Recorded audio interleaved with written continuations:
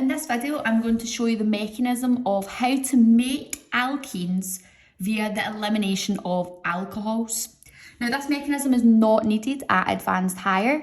It's just the reagents that you have to know and the products that they form. Now, the elimination of alcohols, remember alcohols have the hydroxyl group, is known as dehydration. So that means it's the removal of water. The reagents that we use, you could use concentrated sulfuric acid and heat, or more commonly we use phosphoric acid and heat because there are less side reactions than there are with using sulfuric acid. Now, phosphoric acid is a strong acid, which means it fully dissociates into its ions and it will produce 3 H+ ions and the phosphate that we've got here. These H+ ions are really important, and this is because they act as the catalyst to start the mechanism for the dehydration of the alcohol. So if we pop in a H+, what we can see is H+ from National 5, what are they attracted to? OH-. The hydroxyl group, which is found on the alcohol, if we're focusing on the oxygen, which would be delta negative because it's got a strong electronegativity in comparison to the hydrogen. What we can see is oxygen actually has 2 lone pairs. It's got 6 outer electrons, 1 which is bonded to the hydrogen, 1 that's bonded to the carbon, and it's 2 unpaired lone pairs. Now, what happens is one of the lone pairs will donate an electron to the hydrogen ion as opposites attract. Negatives are attracted to positives. This would result in this here forming, where we would have the oxygen, which would be now positively charged as it's lost an electron by forming the bond with the hydrogen ion. What we then have to do is we have to look at the electronegativities. Carbon's got an electronegativity of 2.6 and oxygen's got 3.4. So as a result, what will happen is because oxygen's got a stronger pull for the bonding electrons, it will take the pair of electrons which were found in the bond between the carbon and the oxygen to stabilise the positive charge. Because this has happened, what will occur is the carbon will have lost the electron and become a carbocation, and we would also be given water off as the product. So that part is the dehydration.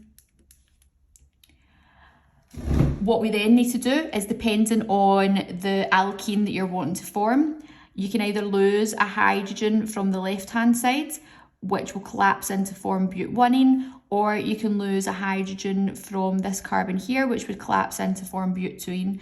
I'm going to demonstrate how to do but-1ene.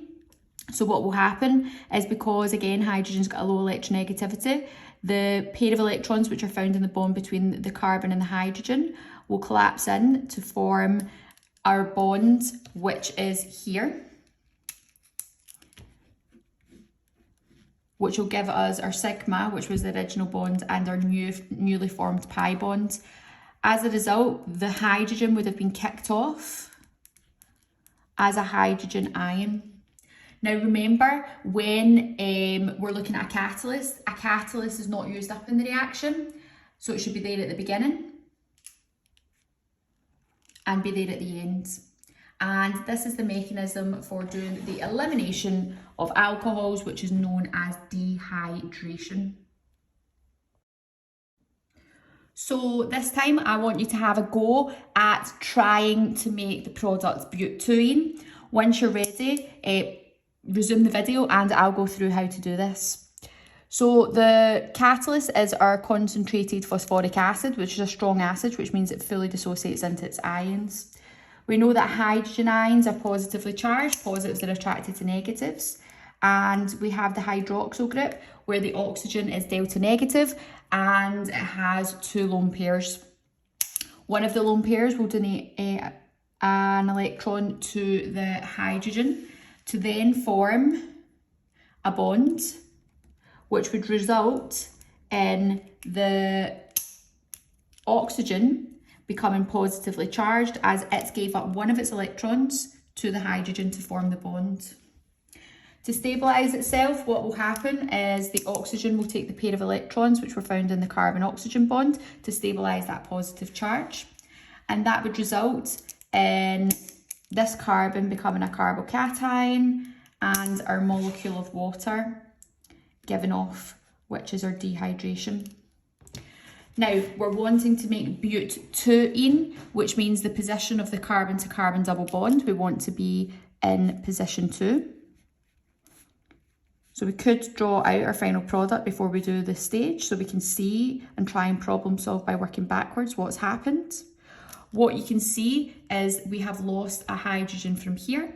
So that means that this hydrogen here, the bond will break between the hydrogen and the carbon to form a bond between the carbon and the carbon here, which results in the position of the carbon to carbon double bond being in position 2, which gives us butene. It's really important that you know that if you have a symmetrical alcohol, such as butan 2-ol, you can form isomers of the alkene produced.